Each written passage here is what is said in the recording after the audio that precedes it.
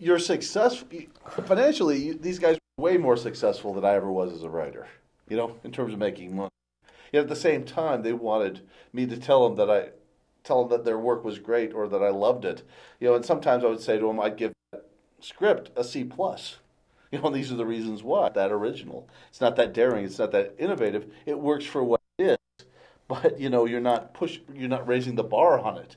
You see what I'm saying? We've seen this before, and we've seen better versions than this. Okay, what about some of the you've written for film? Name some of the actors that have said some of the lines. Leslie Nielsen. Okay. Clint Eastwood. Harrison Ford. Sigourney Weaver. Radiance, a whole bunch. I can't even, off the top of my head, and Bruce Dern. Some hitters. Yeah. I have here in my notes the last Star Trek film. You thought it was safe, predictable. Well, come on, tell us about boring. that. It's funny because I watched the movie, and as I'm walking out of the theater, I just remember feeling how empty it felt, and how cheated I felt by the movie. It just played it so safe. If they would have been daring, they would have shown Kirk to be a faulted hero. They would have shown Spock to maybe even be a fool in the decisions that he makes. Even if it's more what he's doing.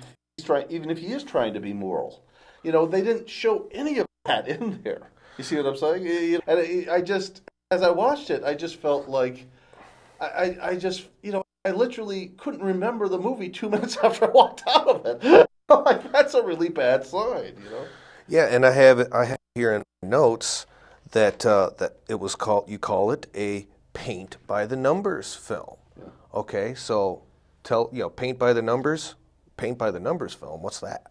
Okay, that's basically where you have a checklist. When you make a Star Trek movie, we're going to have a hero that doesn't have any faults. We're going to have villains that are completely evil. There'll be no gray area between the good guys and the bad guys, really. The heroes are all good, the bad guys are all bad. This is pure melodrama. And we're going to have the heroes be triumphant and win at the end, no matter how ridiculously bad the odds are stacked against them. I will say this, Klaus Kinski, he did a Western years ago, and I forget the name of it offhand. In the film, you have the hero go to confront the bad guys in this saloon at the end of the movie, and in the hero was supposed to shoot down the bad guys and win at the end. And then someone said, wait a minute, why does the hero always have to win in these movies? Why don't we do something different? Why don't we have him lose? So what happens is the hero's walking towards them, they see him in the saloon, they pull out their guns and they fire at him through the windows, firing the bullets through the windows at the hero before he even sees them, gunning him down in the street, and the hero dies, and they look over his dead body, sees he's dead, and roll the credits. I'm like, this is a risk. This is daring, this is innovative. And the audience is watching it the day, they're like, wait a minute, we didn't expect that to happen. But it's also more realistic. A lot of times heroes don't win the battle. You look at Stauffenberg, true story. He stood up to Hitler. What happened to him? Well, he got killed. He got axed. He tried to stop World War II, and Hitler and his boys caught him and they killed him. So a lot of times the hero doesn't win. Even if he may appear to be in the right.